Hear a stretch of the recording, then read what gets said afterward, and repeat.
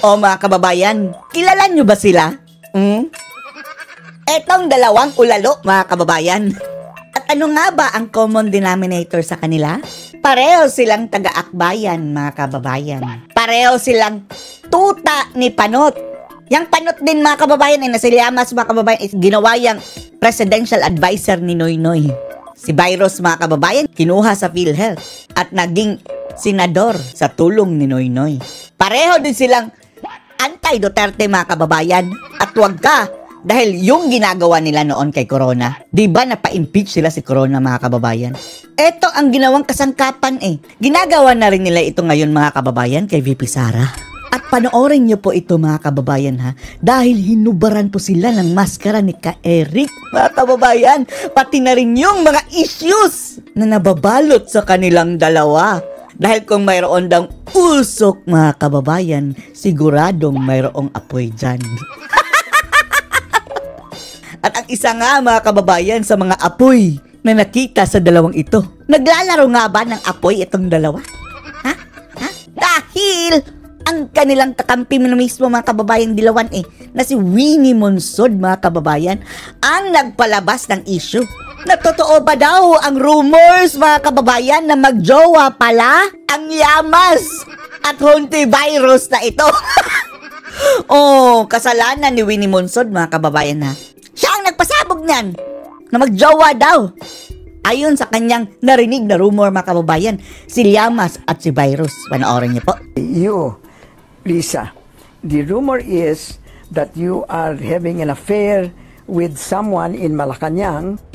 Si Monsod na yan, mga kababayan, na huwag niyong sabihin, pakawalan na naman ito ng mga ka-DDS. Dilawan yan eh. The rumor is that you are having an affair with someone in Malacanang. Naitago na lang natin sa pangalang. You are going with Ronald Llamas. In fairness, mga kababayan, si Llamas, mataas kasi ang posisyon niyan sa gobyerno dati, mga kababayan. Eto din si Llamas, mga kababayan, no? Nung nanunungkulan pa yan bilang advisor ni Panot. Nahuli yan, mga kababayan, na namili ng pirated na DVD. Nahuli. Tapos, yung kanyang sasakyan, mga kababayan, nahulihan din ng AK-47 na baril. Ay, Diyos ko. Pero lusot siya lahat noon, mga kababayan, mga asuntong iyon. Dahil, ang DOJ Secretary ay kanyang amiga na si Dilima. Eto, panibagong marites ni mga kababayan. Hindi nga ito bago, hindi lang natin nakita. Bago lang natin nalaman na mayroon pala silang issue ni Ronald Llamas at si Risa Hontivirus, mga kababayan. Kanyang, you are going with Ronald Llamas. What? Secretary Ronald ay matagal kong kasama. What lang siya, mga kababayan, pero hindi dininay. Bakit wala kang categorical answer na, hindi, no, pangit yan, ganyan. Yan sana, yak. Ang kanya, mga kababayan, what? Para kiniliti. Para tuloy ang kasunod ng what? Bakit nyo nalaman? Blooming pa siya, mga kababayan, sa kay Llamas, parang kinilig, mga kababayan, sa mukha ng tik-tik.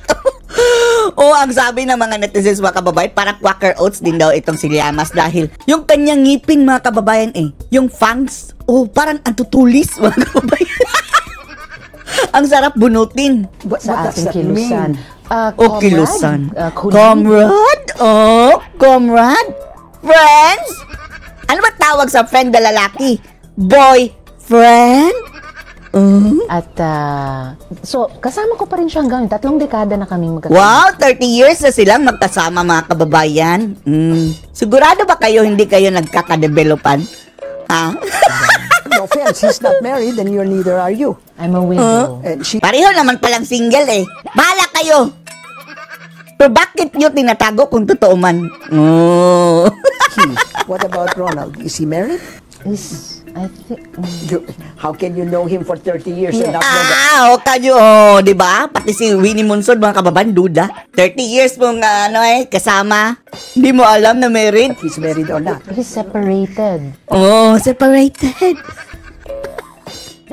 Ang mga animal. Pero, wala tayong pake Kung magjowa sila mga kababayan, ang importante dito mga kababayan, ay yang dalawang iyan mga kababayan, kung ano-ano ang pinaggagawa ng mga ulupong na yan sa ating gobyerno. Pakinggan nyo ha, sila ang tumabaho mga kababayan dito kay Corona. Alam nyo kung anong ikinagalit ni Noynoy Panot Aquino kay Corona? Ito si Corona mga kababayan ang siyang nagdesisyon noon mga kababayan sa Korte Suprema na yung lupain ng mga Aquino mga kababayan ay ibigay na sa mga magsasaka. Galit na galit ang mga Panot mga kababayan. Ginamit niya ang mga makakaliwa para ipa-impeach itong si Corona. Mabuting tao ito mga kababayan. At yan din ang ginagawa nila mga kababayan ngayon kay VP Sara. The same people, sina Llamas mga kababayan, sina Virus, ang nanguna para mapa-impeach si VP Inday. Tatlong dahilan. Ang unti-unting pagmamaniobra at pagsakop ng kaliwa. Kaliwa, sina Llamas mga kababayan, sina Virus, miyembro yan ng Akbayan. Ang Akbayan mga kababayan is, wag niyong sabihing NPA sila dahil hindi sila NPA mga kababayan. Ang sabi ni Ka Eric, pareho silang komunista. Magkalaban na grupo mga kababayan. Parehong mga demonyo. Kaso nga lang etong Akbayan daw mga kababayan, wala daw armadong grupo, although, si Llamas mga kababayan, nahulihan yan dati ng AK-47 sa kanyang sasakyan. At ang sabi niya, marami daw siyang koleksyon ng baril, mga AK-47. Bakit?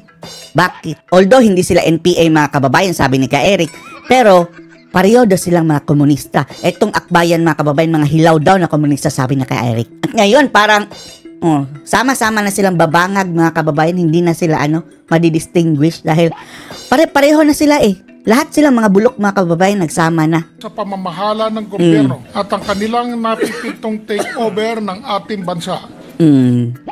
Gusto mag-take over.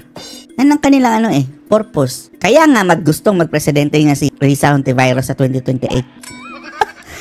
Kagaya ni Tambaluslos mga kababayan, gusto din niyang i-pin down ngayon pa lang si VP Sara Duterte. Kampi sila ni Tambaluslos ngayon, pero kung ma-pin down na nila si mga kababayan, Sara Duterte, silang dalawa ni Tambaluslos ang magbabanggaan.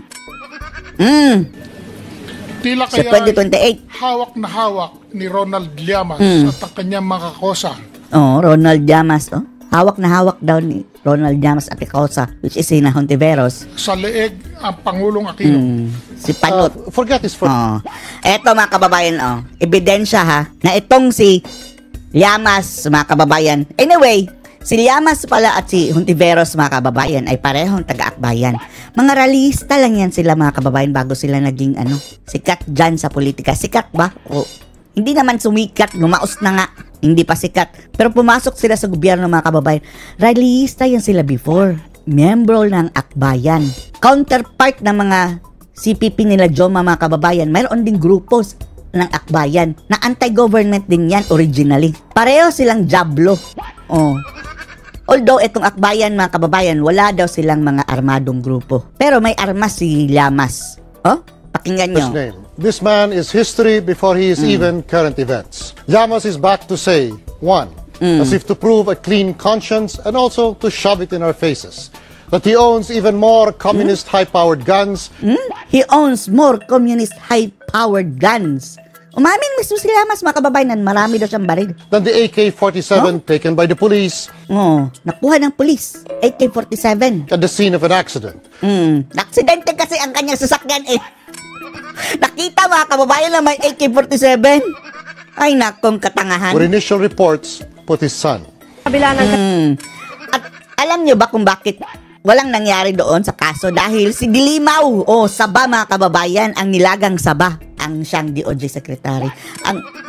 Parang siya napalusot doon mga kababayan. Ewan lang natin kung paano nangyari. Pero mayroong kinaugnayan daw si Saba mga kababayan, nakakampi nila. Di kabilang panawagan para sibaki sa pwesto si Presidential Advisor on Political Affairs Ronald Llamas. Maraming kababuyan ang kinasasadlakan nitong si Llamas mga kababayan nung naging advisor ito ni Panot. Dahil sa pagbili nito ng pirated na DVD. Namili ng pirated na DVD ng animal. Binigyan lang Baka yung binili mo yung DVD ni Laila sa Badilima. Kadiri. Tingnan yung unggoy na to mga kababayan. Government official. Siyang unang-unang namili ng namimirata ng ito ng memo ng Malacanang Ang kay Deputy Presidential Spokesperson Abby Valte, pinaalalahanan daw si Ayun, Llamas na mas maging maingat sa mga aksyon bilang public official. Namili ng Hindi na raw siya kailangang DVD. sibakin sa pwesto dahil inamin naman daw niya ang pagkakamali Hindi sinibak mga kababayan dahil nagagamit nila kay Corona. at humingi ng tawad. Presidential Political Advisor Secretary Rolando Ito ang mukha ni Llamas mga kababayan na sinasabing, jowa nga ba? Ni virus mga kababayan, tanong ni Winnie Monsod. Comrade daw, friend daw. Pero hindi nag-know si virus. Llamas is confident that efforts to oust President Aquino will not succeed. Protector ni Panot mga kababayan, na Panot din Pwede nga doppelganger yan pwede i-double ni Noynoy mga kababayan dahil magkakamukha Mahalagang institusyon ng pamahalaan. magkasing jutak Militar, din. Bida-bida ito mga kababayan. Ngayon wala itong bukang bibig kundi siraan ang mga Duterte at si VP Sara. At ang kaungasan nito mga kababayan, yung News 5, pati na yung iba't ibang mainstream media, palaging hinihinga ng opinion ang Panot na yan. Departamento ay permanently divided na, no? Kaya I greatly doubt kung yung condition na yun ay nandyan. Ginamit ni Noynoy Aquino, si Hontiveros, si Ronald Llamas, ginamit. si De Lima. Pakinggan niyo ito mga kababayan ha. Narito ang buong eksplanasyon kung ano talaga ang totoong pagkatao ng mga animal na yan. Unduhan sila. At kasama siyempre ang mga kaliwa at dilaw, halo-halo na. By the way, panoorin nyo si Naka Eric mga kababayan ha. I-subscribe ninyo ang kanilang channel, Bigwas ng Agila. I-search nyo po mga kababayan. Subscribe ninyo. Upang wasakin ang pagkatao ni late Chief Justice Renato Corona. Just because ang ikinagalit ni Noynoy Aquino at ng pamilya Aquino Cojuangco ay nagdesisyon si Justice Corona na ibalik at ipamigay na sa mga magsasaka at magbubukid, mga manggagawang bukid ng Hacienda Luisita. Ang Hacienda Luisita. Yan ang dahilan mga kababayan kung bakit napa-impeach si Corona. Ginawan-gawa nila ng kaso, ginamit nilang sandata yung mga makakaliwa. Almost 5,000 hectares. Subalit yan ma'am ay 33,000 hectares yan. 5,000 hektarya lang ang napagdesisyonan na hindi naman nila yan lupa. In fact, Ma'am Lorraine, Tingnan nyo mga kababayan, Kita nyo yung babaeng yan mga kababayan? Parang binubulungan si Risa Hontiveros mga kababayan, Tingnan nyo ang kanyang Look at her lips. nila yan lupa. In fact, Ma'am Lorraine, hiniram lang. And then, ang issue mga kababayan, yung kanilang earrings daw na ganyan, mayroon pala daw yung parang Bluetooth speaker mga kababayan na pwede silang mag-call habang nakasuot lang yan. Mayroon daw audio. Ewan lang natin. Mukhang binubulungan nga mga kababayan pareho sila ng galaw ng lips. Nila yan. There are documents to show that. Ay, naging masama na si Chief Justice Corona at winasak ang kanyang pagkatao. At Winasak. less than 4 secretary Freddy Lucena nag-expose. Yung komunistang hampok na yan, si Ronald Llamas, Iki-Iki 47. Nakita niyo naman yung balita dati, di ba? Tinawag na mga kababayan komunista ni Teddy Boy Locsin. Yung weapon ni Llamas mga kababayan na mayroon siya. Weapon daw ng mga komunista. AK-47. Tinanong talaga ni Professor Winnie Monsod, si De Lima at si Hontiveros, are you having an affair with Ronald Llamas? Ang sabi ni virus, what? Hindi man lang dininay. Parang ang kasunod doon, ano kaya sa isip niya, bakit niya nalaman? Ganyan ba, Risa? Sabihin mo na lang sana na hindi. What lang ang sagot niya mga kababayan. Comrade lang kami. What? Nag-OA pa siya. Balik ko na siya ba ay may asawa? Hindi ko alam, sabi niya. Binutata siya ma'am ni Professor Monsod. Hindi daw alam pero 30 years kasama mga kababayan. Araw-araw. Araw-araw nga ba? Diyan sa kalsada. Interview. Di ba 30 years mo siyang kaibigan? Di mo alam kung may asawa siya o wala? Sinagot niya, hindi. Ang alam ko, hiwalay na Pareha ko ng single Hiwalay na yung asawa. Pero, naanal na ba? What? Risa? Pinagtawanan siya tuloy. Nandun si Laila. Buti pa si Laila Saba. Si Monsod din ang nagbulgar doon kay Saba mga kababayan. Tungkol kay Dayan. Pogi pa. Ganyan-ganyan si Saba. Anong reason mo? Bakit ka pumatol? Frailties of a woman. Saba. Ganyan. De Lima, sa interview na ito.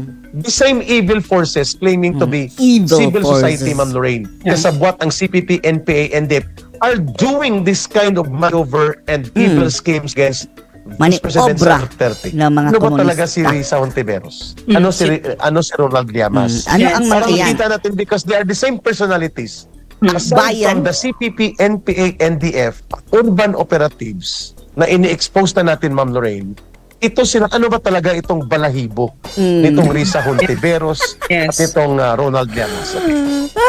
May balahibo pa ba si Ronald Llamas? Parang naubos na eh. Oh? Naubos ang balahibo sa ulo, mga kababayan. Pero, yung ibang balahibo, mga kababayan, hindi nila napapagtakpan. Si Risa Hontiveros po, Ma'am Lorraine, mga kababayan, mga kabigwas ng Agila, hindi po siya naging CPP, NPA, NDF. But she is a trying hard communist. Trying hard. Communist. Rival yan, mga kababayan, ng NPA. Oh, yung mga taga-akbayan. Ibig sabihin, ma'am, Minsan na nga silang nagpapatayan dati, mga kababayan. doon siya sa ulitin. Pero, bagamat rival sila, mga kababayan, ng mga NPA, pareho silang mga anti-government. Pareho sila na gustong kontrolin ang gobyerno. Risa Hontiveros is a trying hard communist. But Si Ka Eric sabi trying hard communist. Akbayan hindi niya madidinay yan, mga kababayan, dahil ang akbayan talaga is, ang ideology niyan, mga kababayan, mga komunista. Membro ng akbayan. Oh. hindi siya member nitong urban operations ng Communist Party of the Philippines. Ang tawag sa grupo nila, ma'am, SOCDEM. Social Dem. Democrat. Social Democrat. Akala natin social demons. Gusto rin nilang pabagsakin ng Mga gobyerno. demonyo. But not now. Later on na. Later Doon on. pa sa dulo, magbubuo ng armadong pwersa. So wala silang NPA. Kaya Wala silang mga army. kung mapapansin mo, ma'am, I describe their group as mga hilaw na komunista. Hilaw na Feeling komunista. komunista, pero hilaw naman. Yun. May sarili ding mga kababayan, mga mundo. So hindi siya sa CPP, NPA, NDF. No, hindi sila NPA ha. So walang red tagging dito, mga kababayan. Ang sinasabi ni Ka Eric, komunista. Ang pagiging komunista, by the way, mga kababayan, ay hindi pala bawal ha. Dahil paniniwala mo yan Ang bawal, mga kababayan, sumapit ka sa NPA. Mawak ng baril at mga hasik. Kaya wala pong mga kababayan issue kung sasabihin mga hilaw na komunista sila, mga taga-akbayan. They are called one time, at tinumbok ito ni Sas Rogando Sasot, I agree with Sas, no? Based on my experience, na itong grupo ni Hontiveros ay mga ideological rival ng CPP, NPA, NDF. Rival ng Pinagpapatay nga ito dati ng CPP, NPA, NDF, ang grupong ito ng mga SOCDEM, Social Democrats. Pilingiran komista, pero hilaw. Kumbaga, mga kababayan, may dalawang kontrabida noon sa gobyerno. At ang dalawang kontrabida na ito, mga kababayan, nag-aagawan ng role kung sino sa kanila ang mas malakas sa kontrabida. Kaya nagpapatayan sila sa isa't isa. Hindi naman siya nagkakaroon pa ng Anyway, pareho silang kontrabida. Yan ang bottom line. forces. Pero nakikipag-alyansa siya sa ngayon sapagkat nagagamit niya rin ang koneksyon sa NPA para luminya laban sa mga Duterte. Pero ngayon, mga kababayan, parang wala na silang distinction, Sama-sama silang babangag muli. Hindi na sila magkalaban. Okay. So sino naman si Ronald Llamas? Yang tik-tik na daw, mga kababayan, ngipin na tik-tik. Ronald Llamas po ay one time naging bahagi ng youth movement ng Communist Party of the Philippines. I think he came from Santo Tomas, University of Santo Tomas. So si Ronald Llamas po ay hindi nag-NPA. Siya naman po ay napunta sa rejectionist group. Rejectionist. If you can remember, ma'am, the names of Eta Rosales, na naging chairman ng Commission on Human Rights. Ni Panot na naman. Ano ba itong si Panot, mga kababayan? Yung pinagkukuha, yung mga makakaliwa? Panahon ni Noynoy Aquino o ni Gloria. Ito sila ay mga rejectionist group. Reject din mga itsura, no? Ibig sabihin, pinatalsik mula sa CPP, NPA, NDF, pero hindi siya nag-NPA. Youth and student sector siya sa Santo Tomas. So nagkita. So lumipat sa akbayan. Kita sila nila Hontiveros, Eta Rosales, Ronald Llamas. Ang pangit ng pangalan, mga kababayan, Eta. Sila ay napasok sa gobyerno ni Noynoy Aquino. So ito sila, ma'am, ang tinatawag na the evil society. Yeah. Nakatunog ng civil society. The evil Pero sila society. ay karibal ng CPP, NPA, Karibal? sa isang kakataon. Pero sa ilalim po ng Marcos Romualdez na gobyerno ngayon, magkakasabwat po sila. And Wala na mga kababayan, wala nang distinction ang mga rival, dating rival. Kasabwat na sina Pransing, sina Virus, Dilimaw. Sila ay kabahagi po ng pinupunduhan ni Martin Romualdez at nila Marcos para magkaroon po ng kaguluhang political, panunulsul at tudutudong atake upang birahin ng tudutudo ang Duterte political camp, particularly si former President Duterte and si Vice President Sara Duterte. They are one and the same in purpose, na madurog at mawala ang political influence ng mga Duterte, especially there is now an evolving political ideology in terms of good governance known as Dutertesmo na niyayakap ng ordinaryong mga mamamayang Pilipino. Yan ang bago ngayon mga kababayan, Dutertismo. At ano ang core value niyan? Good governance mga kababayan. Sawa na tayo dyan sa mga gobyernong mga bangag mga kababayan. Looking for the kind of Duterte leadership, kaya tinatawag siya na Dutertismo, Ma'am Lorraine. Question. So, do they knowingly collude with the CPP? They know CPP yan and they align themselves with it. They align themselves with a terrorist organization. They knowingly. They know. Yes. Ang common lang nila mga kababayan doon sa mga NPA, pareho silang mga komunista. Itong akbayan mga kababayan. Pero, pareho din silang gusto magbida-bida mga kababayan. Gusto silang, mga kontrabida, kami ang kontrabida. Agree. Tama po, Ma'am Lorraine. So therefore, ito po ay witting. Alam nila, gusto nila, at ginagamit nila. At may pananagutan sila dyan, Ma'am Lorraine. Ang masama lang sa mga grupong ito, mga kababayan, bahala na kayo kung gusto nyong tahakin ang mga landas na iyan. Pero, ang masama lang nito, mga kababayan, doon sila nagpo-poison doon sa ating kabataan. Madali namang ma-brainwash, mga kababayan. Kung mangre-recruit kayo, yung mga adult na, dahil yung kabataan, kailangan pa yan ng gabay ng magulang As early as high school mga kababayan, sinisira na nila ang utak. Mayroon nga mga elementary.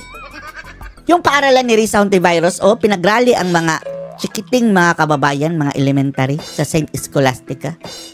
Tama pa ba yan? Isang kaululan. Nakita mo when we bravely and courageously faced the CPP, NPA, and DEP urban operatives na Colmenares, Sarate, Hindi sila nagsalita mga kababayan nung nagkaharap sila ni Ka-Eric. So, all of them in the Senate ring, remember that, Ma'am Lorraine? Risa Hontiveros did not dare to interact with us. Neither na magtanong sapagkat nandun ang mga dating kadre, takot siya na mabisto siya. But klarong-klaro, ma'am, na ang kanyang killing ay papunta sa pagpanig sa CPP, NPA, NDF. Sama-sama ng babangag muli ang dating magkalaban. Naghingi ito, ma'am, ng tulong kay Peter Mutok dahil pinagpapatay sila ng NPA, yung mga organizers nila. And they were afraid na i-assassinate sila ng mga Sparrow unit ng NPA. I think panahon ni Noynoy Aquino. Kaya alam ni Peter Mutok na ito ay mga oportunista at bayaran ng mga dilawan at ngayon ay kasabwat na sila pati ng CPP, NPA, NDF. I answer correctly. Sagot ko sa tanong mo, are they knowingly feuding with the CPP, NPA, and DEP to attack and demolish the Duterte political group? Yes. And same as ginawa nila kay Corona dati. Same personality mga kababayan. And the main goal is, what do they want to accomplish? Risa Hontiveros and Ronald Llamas love team. Love team! Yeah. Parang Bonnie and Kadiri! Kung yan ang magla-love team sa sinihan mga kababayan, ipis ang manonood at mga langaw. Bonnie and Bonnie and Clyde. Yeah, correct. Mga criminal elements. Anyway, we want to accomplish the total elimination of Dutertismo. Takot na takot sila. That the evolving embrace and the acceptance of the... Sabi ni Virus mga kababay, kailangan na daw pigilan ang pagbabalik ng mga Duterte sa 2028. Wide section of the population of Filipino people ay hinahanap nila ang Duterte brand of leadership. Kasi madudurog sila, hindi naman makakabalik itong dilawan at mga hilaw na komunista, kaya ayaw nilang manumbalik muli at mamayagpag ang Duterte brand of leadership. That's number one. Number two, nakakakuha sila ng malaking bentahe at mga benepisyo sa Marcos Romualdez, pondo, programa na nagagamit nila, poder na nakakahati sila, while sa Duterte political group at lalo na sa pag-upo, sakaling makaupo na ang another Duterte leadership ni Inday Sara Duterte, talagang mawawala na sila ma'am sa sirkulo ng kanilang panunumbalik sa pangingialam sa bulok na politika. Ganon din po ang interest ng Communist Party of the Philippines, ng New People's Army at ng NPA at ng NDF. Takot na takot sila ng isang uri ng Duterte leadership that we call now, I call it Dutertismo, good governance program and political ideology, ay lumalaban talaga sa mga bulok na elemento ng lipunan at mga kriminal at kurakot, including mga terorista. That's why they are so afraid na manumbalik ang isang Duterte brand of leadership now known as Dutertismo among the Filipino people. Also, Risa Ontiveros has been very open about her presidential ambitions, diba? So early. Dati pa natin naririnig ng 2022 pa mga kababayan, sinabi na si Virus ang magiging frontrunner. Ganun siya, nanginginig ang kalamnan ni Virus. Ambisyosa! Maging president. Hirap nga makapasok sa top 12. Nag-aambisyon na maging presidente. No, Diyos ko, nakakatawa talaga itong mga taong ito. So therefore, that's also part of their goal, di ba? For Virus to become, for Risa Ontiveros to become president, di ba?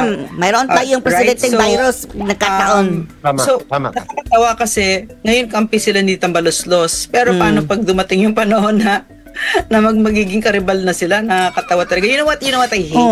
Mag-aawayan na naman yan. Absolutely hate what's going on right Nagpaplastikan now. Because so full of drama. Ang daming drama, no? Kunyari yung sa PCO lang. Kami PCO, 6 na taon, walang drama. Ano lang, trabaho ka lang ng trabaho. Ito, puro sila drama, itong Marcos administration. Every day, there's some fresh drama. And then there's no public service, no? Like yesterday, the president went around, no? For the past few days, he's been going around the Philippines. And dahil sini-check daw niya mga kababayan yung mga paunti-unting mga bagay-bagay na on the grounds, kagaya ng mga basurahan. Sinabi talaga yung PBM yan. I-check natin kung, may basurahan ba dito? Animal. Huwag ka na magpresidente kung ganyan lang man ang gagawin mo. Nagpapicture with the children. Naging presidente ka para mag-check lang ng basurahan. Kung madulas daw ang mga kababayan, hagdanan. Whatever, no? And you can really see, no, sa kanya, parang sa utak niya, no, this is the only way to yung damage control na alam niya. Yun ang pinaka-servisyon niya. Yun na yun. Just an appearance of it. So, ganun ang kababa ang tingin niya sa Pilipino. Or the people around him, no? Because he's just following orders, no? He's obviously a puppet, no? Of his wife, of his cousin, of the United States. He's a puppet of everybody. He's easily manipulated because of his substance abuse disorder. Diba? He snorts. From what we hear, he snorts cocaine almost every day. Sabi ni Tatay Digong. If not every day, multiple times a day. Ganun naman ang drug addict. Diba? Ganun ang pag may substance abuse disorder. So, Tatay Digong ang nagsabi niyan may presidente tayong bangag. Sino ba naman tayo mga kababayan para i-dispute yan? Ang daming intel ni PRRD, naging presidente siya. Ginipit na nga si Tatay Digong We really need to speak out kasi tayo talaga yung pag-asa ng Pilipinas, ang mga taong bayan na buong Pilipinas talaga, kasi itong skandalong nangyayari sa Pilipinas ngayon, you have a president like that, no? Who's easily manipulated, and then the way he sees the only way to restore the public trust, no, because his trust ratings are abysmal. No other president has ever had those kinds of trust ratings. At bagsak, no, is to make papogi, no, I mean to just a surface. He doesn't have, kasi I worked with PRRD, Eric, this is where I'm coming from, where I saw the depth of knowledge of the former president, and he was an excellent executive. This is the exact opposite, no? So yun yung sitwasyon sa Pilipinas ngayon. Yan ang sitwasyon sa Pilipinas ngayon. So ano masasabi niyo dito mga kababayan? Post your comments below.